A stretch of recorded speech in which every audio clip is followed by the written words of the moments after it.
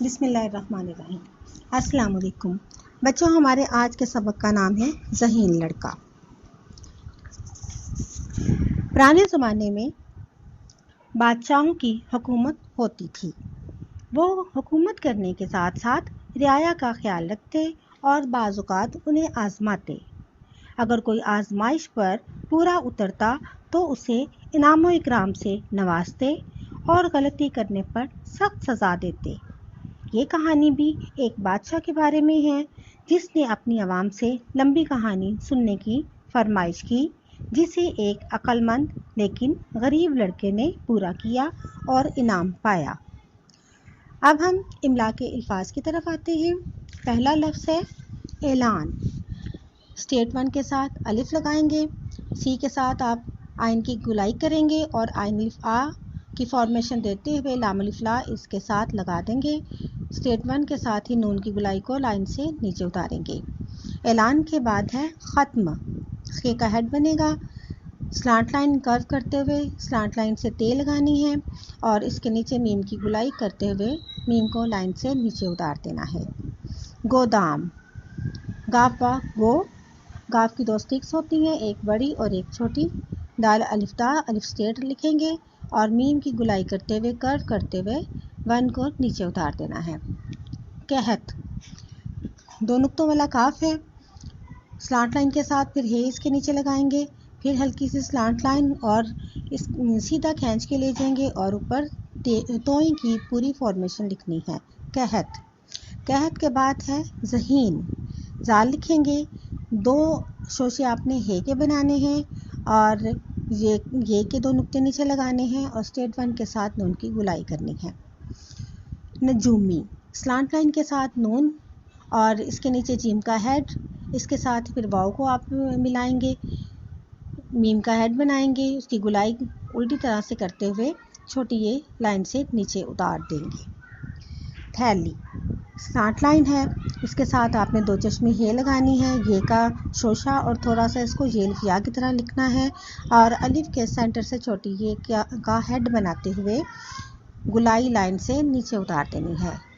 سوراخ، ایکول سین کے شوشے ہوں گے، ہلکی سی سلانٹ لائن، واؤ کی گولائی، رے الف را، خے کا ہیڈ بنائے اور الٹی گولائی کرتے ہوئے آپ نے یہ لائن سے نیچے اتار دینی ہے۔ انعام، اسٹیٹ 1 الف ہے، نون کا آپ نے 1 بھی اسٹیٹ ہی بنانا ہے، ٹرائنگل کے ساتھ آئین اس کے ساتھ لگا کر آئین الف آ لکھنا ہے، میم کا ہیڈ بناتے ہوئے اس کو لائن سے نیچے اتار دینا ہے اسٹیٹ 1 کے ساتھ۔ طویل، پورا توئیں لکھیں گے آپ لیکن یہ لائن کے ساتھ ٹچ نہیں ہوگا، کھینچ کر آگے لے کے جائیں اور گولائی کرتے ہوئے واؤ بنائیں گے، یہ کا شوشہ اور اسٹیٹ 1 کے ساتھ لام کی گولائی لائن سے نیچے اتار دیں گے۔ طویل کے بعد ہے فضا۔ فے کا ہیڈ بنائیں گے، گولائی کریں گے اس کی، اس کے ساتھ ہی سواد کا ہیڈ بنائیں گے، ایک شوشہ بنا کر الف ساتھ لگائیں گے، فضا لفظ بن جائے گا۔ غول، سی بناتے ہوئے آپ نے غائن کو بنانا ہے، سلانٹ لائن اور واؤ کی گولائی اسٹیٹ 1 لکھتے ہوئے لام کو لائن سے نیچے اتار دیں۔ اجازت، اسٹیٹ 1 جیم کا ہیڈ بنائیں اور جیم الف جا لکھیں، زے لائن کے اوپر رکھیں گے اور تے کو بھی لائن کے اوپر ہی رکھا جائے گا۔ اجازت کے بعد ہے فرمائش۔ فے کا ہیڈ بنائیں گولائی کرتے ہوئے، کرو کریں اور رے کو لائن سے نیچے اتار دیں، میم کا ہیڈ بنائیں، سلانٹ لائن کے ساتھ میم الف ماں لکھیں گے، حمزہ کا ایک لمبا شوشہ آئے گا اور اس کے ساتھ شین کے 3 ایکول شوشے، گولائی لائن سے نیچے اترے گی۔ فرمائش کے بعد ہے ذہانت۔ زال کو لائن کے اوپر رکھیں گے، ہک والی ہے الف ہا لکھیں گے، نون سلانٹ لائن کے ساتھ اور اس کے ساتھ ہی تے ساکن لگا دیں گے، ذہانت۔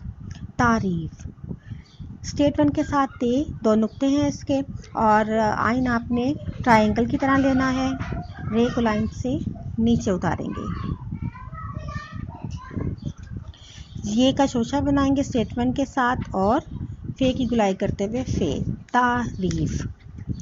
غائب، سی کی گولائی کے ساتھ غائن الف غا، حمزہ کا آپ نے یہ شوشہ بنانا ہے اور بے لکھ دینی ہے۔ غائب۔ مستقبل، میم گلائی ہے، سین کے 3 شوشے، ایک تے کا شوشہ، کاف کی گلائی، بے اور لام کو لائن سے نیچے اتاریں گے، مستقبل۔ یہ تو ہوئے آپ کے املا کے الفاظ۔ اب ہم سبق کی طرف آتے ہیں۔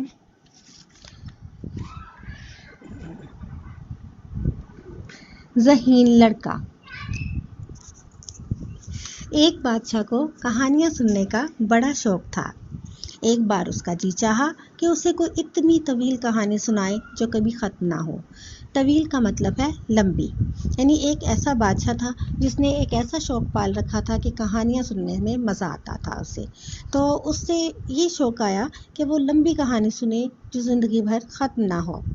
اس نے ملک بھر میں اعلان کروا دیا کہ جس نے بادشاہ کو ایسی کہانی سنائی جو کبھی ختم نہ ہونے والی ہو تو اسے منہ مانگا انعام دیا جائے گا۔ منہ مانگا کا مطلب ہے جتنا چاہو، یعنی اس نے اپنی اس خواہش کو پورا کرنے کے لیے پورے ملک میں اعلان کروا دیا کہ جو بادشاہ کو ایسی لمبی کہانی سنائے گا جو کبھی ختم نہیں ہوگی تو اسے منہ مانگا انعام ملے گا۔ کئی لوگ بادشاہ کی فرمائش پوری کرنے آئے۔ کسی کی کہانی 1 دن میں ختم ہو گئی تو کسی کی 2 دن میں۔ ایسی کہانی کوئی بھی نہ سنا سکا جیسی بادشاہ چاہتا تھا۔ اب بہت سے لوگ بادشاہ کے پاس آتے ہیں، وہ کہانی سناتے ہیں، لیکن ان کی کہانی یا تو 1 دن میں ختم ہو جاتی یا 2 دن میں۔ کوئی بادشاہ کو پوری کہانی نہیں سنا سکتا تھا جیسی وہ چاہتا تھا۔ ایک لڑکا بہت ذہین تھا یعنی عقل مند تھا۔ اس نے اپنی ماں سے کہا، امی جان، میں بادشاہ کے پاس جاؤں گا اور اسے ایسی کہانی سناؤں گا جو کبھی ختم نہ ہو۔ ماں نے اجازت دے دی تو لڑکا بادشاہ کے دربار میں پہنچا اور کہا، بادشاہ سلامت، میں آپ کو ایسی کہانی سنانے آیا ہوں جو بہت طویل ہوگی بلکہ کبھی ختم نہ ہوگی۔ اب بادشاہ اپنی ماں کی اجازت کے بعد بادشاہ کے پاس وہ بچہ جاتا ہے اور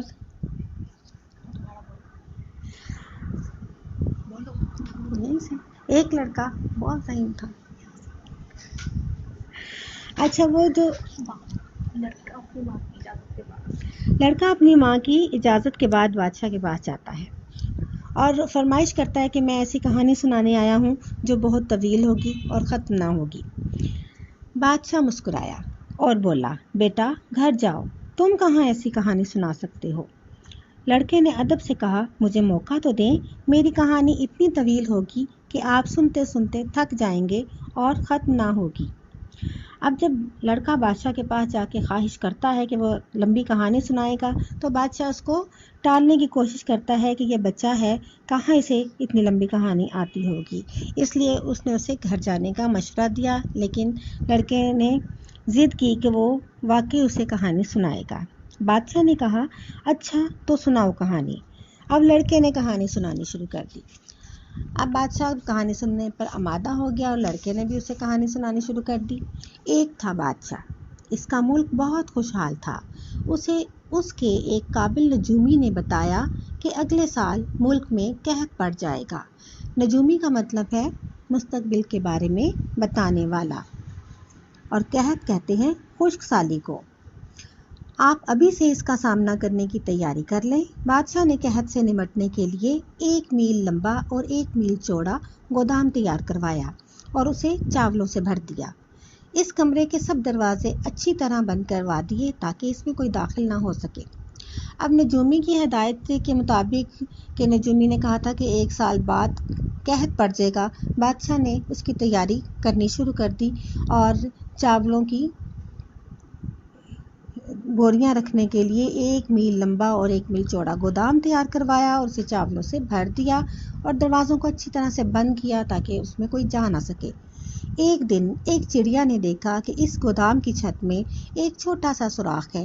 چڑیا سوراخ سے گودام میں داخل ہوئی اور چاول کا ایک دانہ چونچ میں لیے باہر آ گئی۔ اسے چاول کا دانہ لاتے دیکھا تو ایک اور چڑیا سوراخ کے راستے گودام میں چلی گئی، وہ بھی چاول کا ایک دانہ لے کر باہر آ گئی۔ اس کے بعد ایک اور چڑیا اندر گئی اور باہر آئی تو ایک دانہ اس کی چونچ میں تھا۔ اسی طرح چڑیاں بار بار گودام میں داخل ہوتی رہیں اور چاول کا دانہ اٹھائے اپنے اپنے گھونسلوں میں۔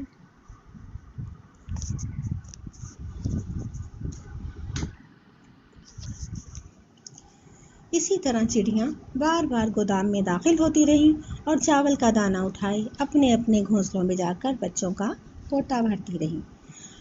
اب وہ جو گودام بن چکا ہوا تھا اس میں ایک سوراخ رہ جاتا ہے، تو ایک دن ایک چڑیا اس سوراخ کو دیکھ لیتی ہے اور اس کے اندر چلی جاتی ہے، وہاں سے چاول کا دانہ اٹھا کر باہر آ جاتی ہے۔